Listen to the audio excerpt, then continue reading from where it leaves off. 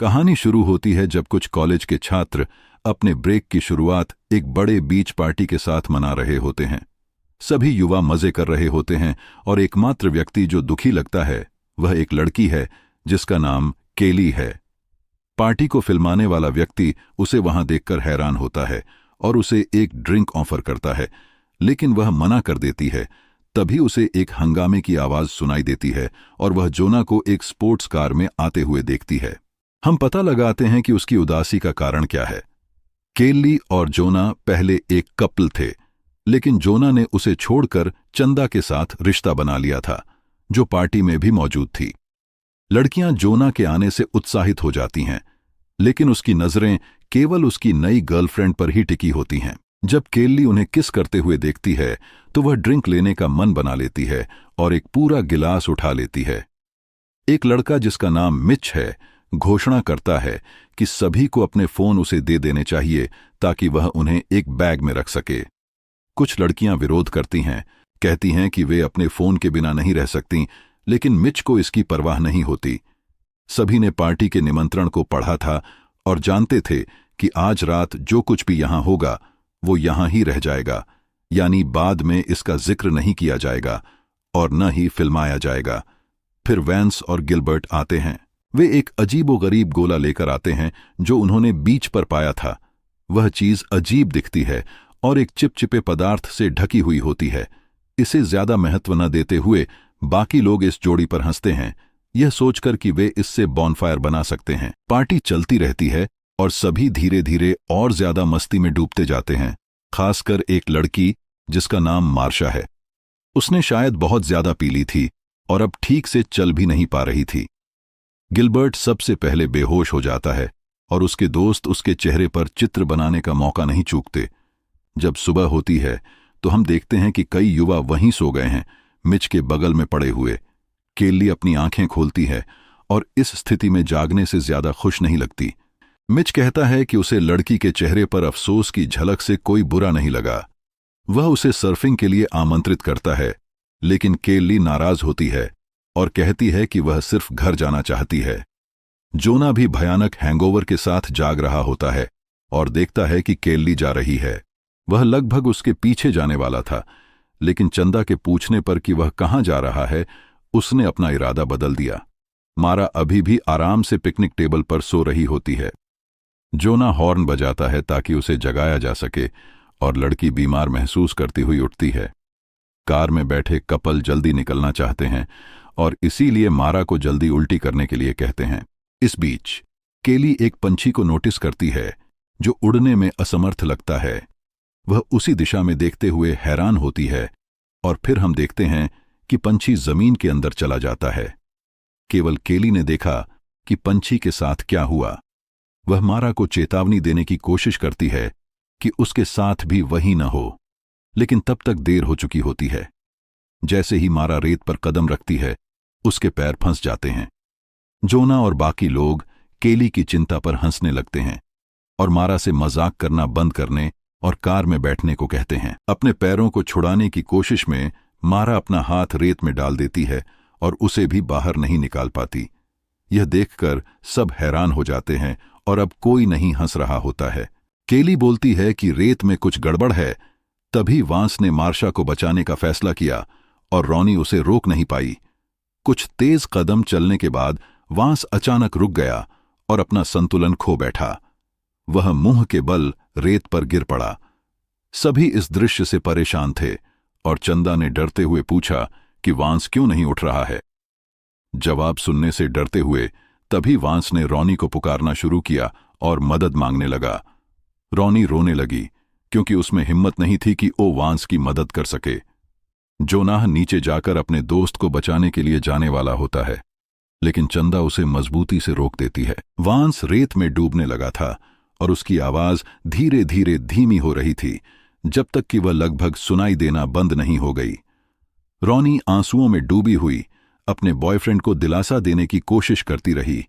यह आश्वासन देती रही कि सब ठीक हो जाएगा और वह ठीक हो जाएगा, लेकिन वह पूरी तरह से गलत थी।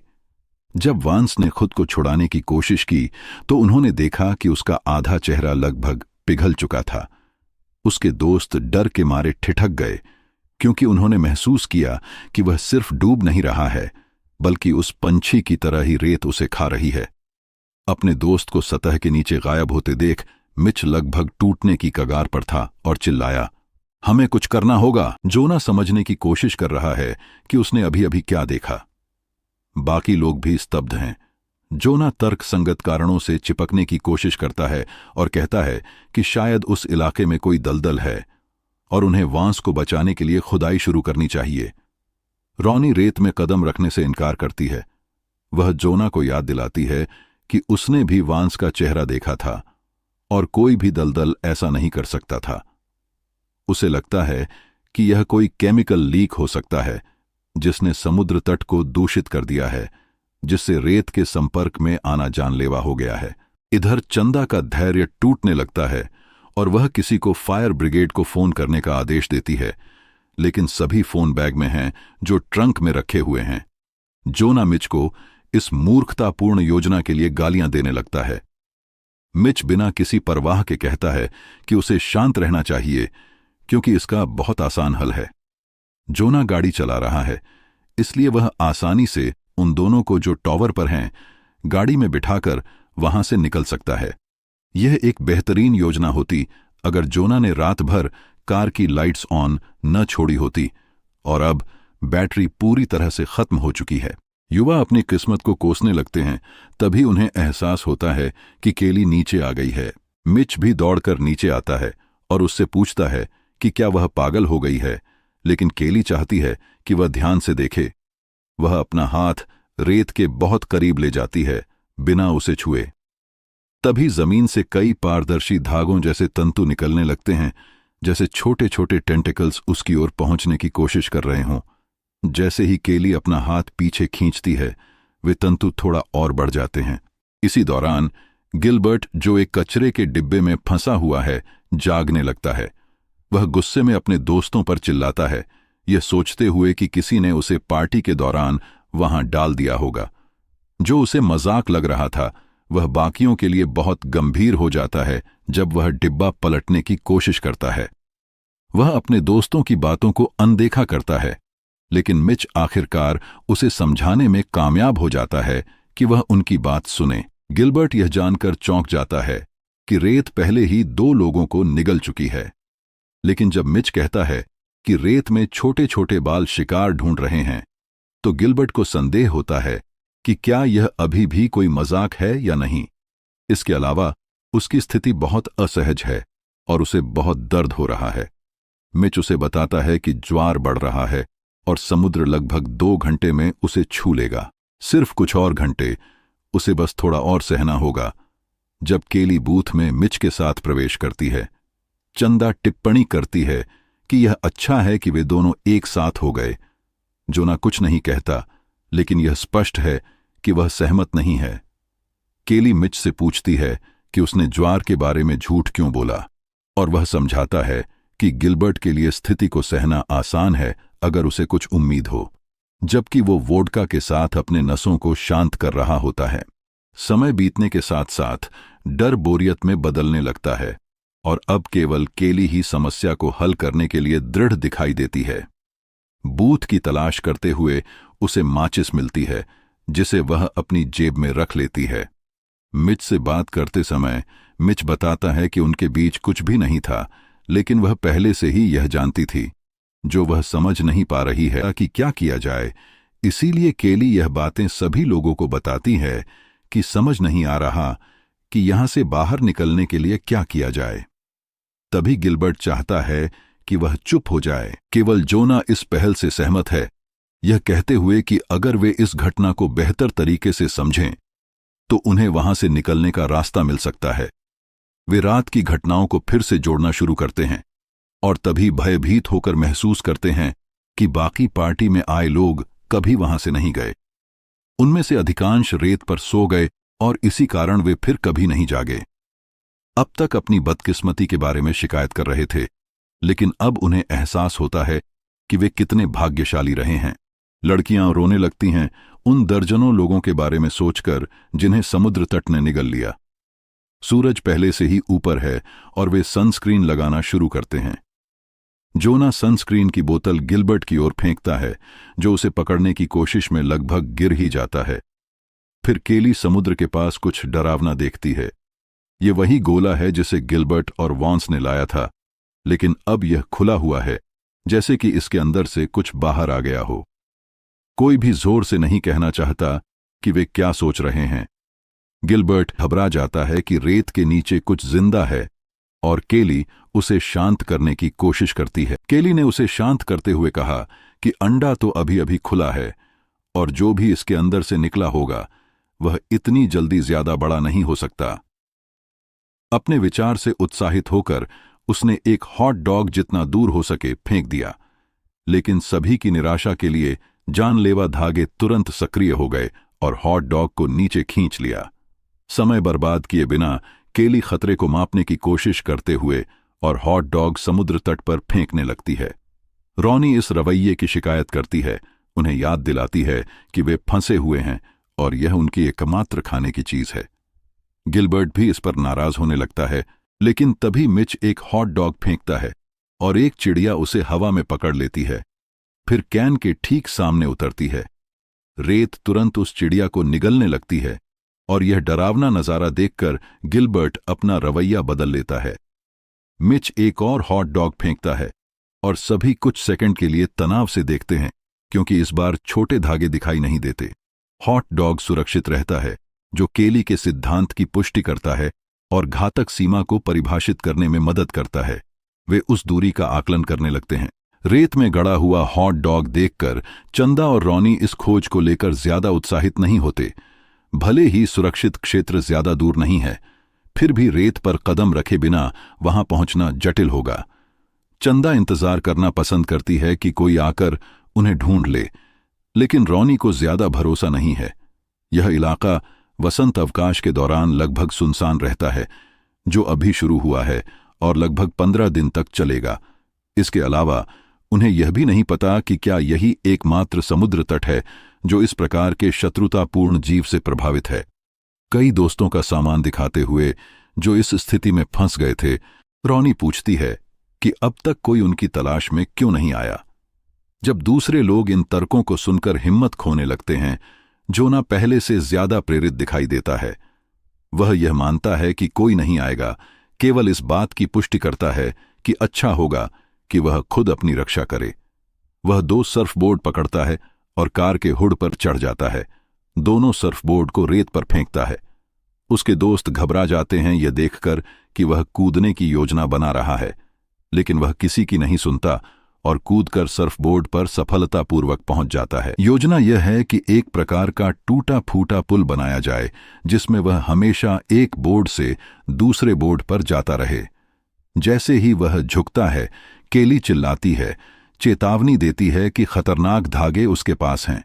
जोना तेजी से बोर्ड पकड़ता है और आगे बढ़ता है और इस क्षण का इस्तेमाल अपनी व्यक्तिगत भावनाओं को जाहिर करने के लिए करता है।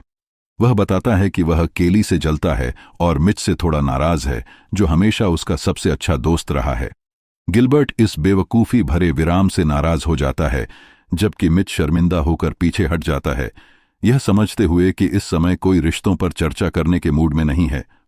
जोना रेत पर सर्फिंग जारी रखता है जब तक कि वह बेंच तक नहीं पहुंच जाता, लेकिन जैसे ही वह चढ़ने वाला होता है, बोर्ड अचानक पीछे फिसल जाता है और वह संतुलन बनाए रखने के लिए हाथ फैलाता है। दूसरा बोर्ड जैसे खुद ही दूर जाने लगता है, मानो उसमें जान हो। लड़कियां हांफते हुए देखती हैं कि रेत वस्तुओं को हिला रही है और चिल्लाने लगती हैं जब वे देखती हैं कि खतरनाक धागे जोना के पेट की ओर बढ़ रहे हैं। कुछ धागे उसकी त्वचा को छू लेते हैं और इस डर से उसे कूदने के लिए बढ़ावा मिलता है। हालांकि यह संपर्क बहुत ही संक्षिप्त था, फिर भी इसका असर काफी होता है। जोना बीमार महसूस करने लगता है और दर्द से चिल्लाता है। कुछ मिनटों बाद वह थोड़ी ताकत वापस पा लेता है और कहता है कि उसने बेंच पर एक बैग पाया। एक दुर्लभ किस्मत के पल में वह देखता है कि बैग खाना से भरा हुआ है। एक केला उठाते समय वह गलती से उसे गिरा देता है, लेकिन जल्दी से उसे फिर से पकड़ लेता है। लेकिन दूसरे लोग यह नहीं समझ पाते कि जब वह फल को जमीन के करीब लाने लगता है, जैसे कि कुछ जांच रहा हो, वह अपने दोस्तों से शांत रहने के लिए कहता है और बिना किसी चेतावनी के दोनों पैरों के साथ रेत पर कूद जाता है। हर कोई चिल्लाने लगता है, लेकिन कुछ भी नहीं होता। वह ठीक उस जगह पर खड़ा होता है जहां उन्होंने कल रात आग जलाई थी, और उस क्षेत्र में यह खतरनाक घटना नहीं होती। आराम से जोना खाना खाने लगता है जब तक कि केली उसके पेट की ओर इशारा नहीं करती। डर के मारे उसके पेट पर बड़ी बड़ी फफोले तेजी से बनने लगते हैं और मवाद के साथ फटने लगते हैं। केली उसे बेंच पर वापस जाने और बैग में और क्या है यह जांचने के लिए राजी करती है। वह गिलबर्ट की तरफ कुछ पानी फेंकता है और लड़कियों को एक सोडा, लेकिन जब बारी दूसरों की आती है तो यह करना उसके लिए मुश्किल हो जाता है। जोना फिर से बहुत बीमार महसूस करने लगता है, यह जानते हुए कि जोना की बचने की संभावना बहुत कम है। केली रोने लगती है और तभी उसे दिखता है कि कार के टायर खराब हो रहे हैं। वह मुश्किल से लड़कियों को चेतावनी दे पाती है, तभी टायर फट जाता है और जोरदार आवाज के साथ कार दुर्घटनाग्रस्त हो जाती है। डर के मारे वे सभी अपने फोन तक पहुंचने का रास्ता सोचने लगते हैं। रोनी एक जोखिम उठाने का फैसला करती है और चंदा से कहती है कि अगर कुछ गलत हो जाए तो वह उसकी मां को एक चिट्ठी दे दे। कार की धातु बहुत गर्म है, जिससे काम और भी कठिन हो जाता है। रोनी अपने दोस्त का हाथ पकड़ती है और संतुलन बनाते हुए चाबी डालती है। जल्द ही यह स्पष्ट हो जाता है कि इस तरह से ट्रंक खोलना असंभव है, क्योंकि ढक्कन दोस्तों को अलग कर देगा और रोनी गिर जाएगी। तभी केली एक लंबा हुक लाती है जिससे रोनी पकड़ सके। वैसे ही एक और टायर फटता है। उसी क्षण ट्रंक आखिरकार खुल जाता है। तभी गिलबर्ट दूर से एक कार को देखता है और हाथ हिलाकर इशारा करता है। रोनी अचानक हॉर्न की आवाज से चौंक जाती है और गलती से ट्रंक का ढक्कन छोड़ देती है, जिससे उसकी उंगलियां कुचल जाती हैं और वह दर्द से चिल्ला उठती है। एक अधिकारी जिसका नाम एलेक्स है, उनके पास अपनी कार पार्क करता है और चेतावनी देता है कि बीच बंद है। रोनी को उंगलियों से लटकते और गिलबर्ट को कचरे में फंसा देखकर अधिकारी को शक होने लगता है। जब बाकी लोग राक्षसों के बारे में बात करने लगते हैं तो उसे यकीन हो जाता है कि इन युवाओं ने नशा किया है। केली, जो कसम खाती है कि वह बिल्कुल होश में है, उससे विनती करती है कि वह रेत से दूर रहे। लेकिन जब अधिकारी कार से बाहर निकलता है और बिना किसी परेशानी के बीच पर चलता है, एलेक्स सभी के साथ बहुत रूखा और अप्रिय व्यवहार करता है। पीड़ित के दर्द का खुलेआम मजाक उड़ाता है और अपमानजनक टिप्पणियां करता है। मिच अंदाजा लगाता है कि उसे इसलिए कुछ नहीं हो रहा है क्योंकि उसने जूते पहन रखे हैं, लेकिन अधिकारी उसकी बात सुनना नहीं चाहता। वह उन दोनों से टावर से नीचे आने की मांग करता है और यहां तक कि आज्ञा न मानने पर मिर्च स्प्रे का इस्तेमाल करने की धमकी भी देता है। तभी एलेक्स की चाबियां गिर जाती हैं और जब वह उन्हें उठाने के लिए रेत को छूता है तो उसके हाथ तुरंत फंस जाते हैं और डूबने लगते हैं। स्प्रे का इस्तेमाल करके वह खुद को फ्रीज कर लेता है और उठ जाता है, लेकिन उसका एक हाथ उसके साथ नहीं आता। यह दृश्य इतना भयानक होता है कि वह लड़खड़ाकर गिर जाता है और मदद के लिए चिल्लाने लगता है, यह जानते हुए कि कोई भी उसकी मदद नहीं कर सकता। केली उस अधिकारी की मदद करने का कोई तरीका नहीं देखती, लेकिन केली अधिकारी का मिर्च स्प्रे उठा लेती है जब रेत अधिकारी को पूरी तरह से निगल लेती है। मिच अगली योजना बनाता है। वह तौलिए अपने पैरों के चारों ओर लपेटकर एलेक्स की कार तक दौड़ेगा। गिलबर्ट इस विचार की सराहना करता है और चंदा उसकी ओर एक तौलिया फेंकती है। जब मिच उसे पकड़ने के लिए झुकता है तो रेलिंग उसका वजन सहन नहीं कर पाती और वह रेत पर फैला हुआ गिर जाता है। सैकड़ों धागे उसके शरीर से चिपक जाते हैं और रेत उसे निर्दयता से निगलने लगती है। कुछ ही मिनटों में केवल एक लाल धब्बा उस जगह रहता है जहां वह व्यक्ति था। केली खुद को हिम्मत देती है और चंदा को समझाती है कि उन्हें रेलिंग के टुकड़े इकट्ठा करके बाकी लोगों तक पहुंचने के लिए एक पुल बनाना होगा। हिम्मत जुटाते हुए वह कार में कूदती है और चंदा के चेहरे पर एक मुक्का मारकर ईर्ष्या के मुद्दे को सुलझा लेती है ताकि वे बिना किसी तनाव के आगे बढ़ सकें। जोनाह अब भी बहुत बीमार है, लेकिन वह केली से माफी मांगने के लिए अपनी ताकत जुटाता है। केली उससे थोड़ी और देर तक टिके रहने की विनती करती है और फिर चंदा की मदद करके रॉनी का हाथ छुड़ाने में लग जाती है। केली गिलबर्ट से भी आग्रह करती है कि वह अपने शरीर को उनकी ओर घुमाने की कोशिश करे। फिर चंदा रेलिंग के टुकड़े इकट्ठा करके जोना के पास चली जाती है और उसे बताती है कि हम दोनों की जोड़ी कितनी अच्छी है। तभी केली भी वहां आ जाती है। अब बारी रॉनी की होती है, लेकिन रॉनी डर के कारण गिर जाती है। तभी केली स्प्रे करती है। हमें लगता है कि रॉनी बच गई, लेकिन थोड़ी देर बाद रॉनी को रेत निकल जाती है। चंदा टावेल की हेल्प से कार की हुड पर चढ़ जाती है, जब तक कि उसे कुछ अजीब सी हरकत महसूस नहीं होती। फिर कैन अपने आप हिलने लगता है और लड़कियों को डर होता है कि रेत उनके दोस्त को ले जाएगी, लेकिन ऐसा नहीं हो रहा था। कैन का निचला हिस्सा पूरी तरह से खराब हो चुका है और गिलबर्ट पर हमला कर दिया जाता है। फिर कैन के अंदर से 3 हरे रंग के तंबू जैसे अंग निकलते हैं और गिलबर्ट के शरीर को भयानक तरीके से जकड़ लेते हैं, उसे कंधों से पकड़कर खींचते हैं। गिलबर्ट कैन के अंदर गायब हो जाता है, पीछे कुछ ही निशान छोड़ते हुए। शुरुआती समूह में से अब केवल जोनाह और 2 लड़कियां ही बची हैं। वे गिलबर्ट की मौत पर रोती हैं। तभी एक तंबू कार पर हमला करता है और चंदा को नीचे गिरा देता है। वह रेत पर नहीं गिरती, लेकिन उसका सिर चोटिल हो जाता है और वह बेहोश हो जाती है। केली अब लगभग अकेली रह गई है। फिर केली जोनाह को गले लगाती है और रात तक रोती रहती है। फिर वह चंदा को नाम से पुकारने लगती है, जब तक कि वह जाग नहीं जाती। चंदा थोड़ा समय लेती है खुद को संभालने के लिए, लेकिन फिर वह जाग जाती है। फिर वह वाहन की तलाशी शुरू कर देती है। तभी उसे आपातकालीन उपकरण मिलते हैं, जिसमें एक इन्फ्लेटेबल नाव भी शामिल है। नाव को खोलते ही वह खुशी से कूद पड़ती है, क्योंकि वह देखती है कि यह फुल रही है और लगभग रेत की दूरी छोटी है और वह आसानी से दूसरी तरफ पहुंच जाती है।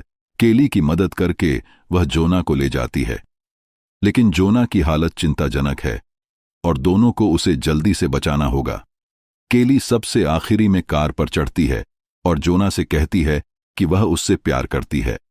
दोनों एक भावुक किस साझा करते हैं, लेकिन तभी जमीन अचानक जोर से हिलने लगती है, जिस कारण केली कार से गिर जाती है और चंदा दौड़कर केली की जगह लेती है ताकि वह अपनी जोना को बचा सके। अचानक रेत से एक विशाल तंबू जैसी संरचना जोरदार गर्जना के साथ उभरती है। वह चीज हवा में एक सांप की तरह लहराती है और गाड़ी पर हमला करती है। फिर जिस गड्ढे से आई थी उसमें वापस चली जाती है। बिना समय गंवाए केली हुड पर चढ़ती है और पीछे की ओर भागती है। उसे एक अतिरिक्त गैस कैन मिलता है और वह इसे पकड़ने में सफल हो जाती है, लेकिन उसकी आंखों के सामने जमीन खुल जाती है और एक दूसरा तंबू उसकी ओर तेजी से आता है, गैस कैन को कुचल देता है और हर जगह पेट्रोल बिखर जाता है। केली अपना संतुलन बनाए रखने के लिए संघर्ष करती है। तंबू के सिरे पर कैन का एक हिस्सा अटक गया है। मौका पाते ही वह दूसरा कैन पकड़ती है और उसका सारा तरल रेत पर डाल देती है। उसके चेहरे पर फास्फोरस की चमक चेतावनी देती है कि राक्षस फिर से आ रहा है। इसलिए वह अपनी जेब में बचाई हुई माचिस जलाती है और उस प्राणी को आग लगा देती है। तंबू लपटों में घिरकर बुरी तरह तड़पने लगता है। लड़की स्तब्ध होकर देखती रहती है, जब तक कि चंदा उसका नाम नहीं पुकारती। फिर केली कार में कूदती है और दरवाजा जोर से बंद कर देती है। तंबुओं में से एक तंबू दरवाजे के हैंडल को पकड़कर पूरी ताकत से खींचने लगता है। केली दरवाजा बंद रखने के लिए तंबू के साथ खींचतान करने लगती है। कार के ठीक सामने दर्जनों छोटे तंबू दिखाई देने लगते हैं और एक विचित्र नृत्य करते हैं। लड़कियां डर के मारे चीखने लगती हैं, यह न जानते हुए कि क्या करना है। लेकिन कुछ ही मिनटों बाद राक्षस वहां से चला जाता है और चारों तरफ फिर से अंधेरा छा जाता है। केली कहती है कि इस डरावने शो के बावजूद कोई उनकी मदद के लिए नहीं आया। शांत रहने की कोशिश करते हुए चंदा कहती है कि शायद अगली सुबह कोई आ जाएगा, और केली सहमति जताने का दिखावा करती है, हालांकि वह अंदर से डर महसूस कर रही होती है। फिर उन्हें पता चलता है कि जोनाह जहर के प्रभाव का सामना करने में असमर्थ होकर हार मान चुका है। दोनों लड़कियां रोती हैं और गले लग जाती हैं, इस जगह से निकलने की उम्मीद खो देते हैं। फिर वे सो जाते हैं और सुबह तक सोते हैं, जब एक अजनबी उनसे संपर्क करता है। वे चौंक कर उठते हैं और वह पूछता है कि क्या वे ठीक हैं। केली दरवाजा खोलती है और नीचे देखती है। तभी वह देखती है कि रेत से कुछ भी नहीं निकल रहा है, इसलिए वह कुछ कदम चलती है। चंदा यह देखकर कि केली अभी भी सही सलामत है, चंदा भी ऐसा ही करती है और दोनों उस घातक समुद्र तट से दूर चलना शुरू कर देती हैं। पिछले दिन की घटनाओं ने उस क्षेत्र में एक विशाल छेद छोड़ दिया है और हम देखते हैं कि रेत का दानव दूसरे समुद्र तट की ओर तैर रहा है और यहां कहानी समाप्त हो जाती है।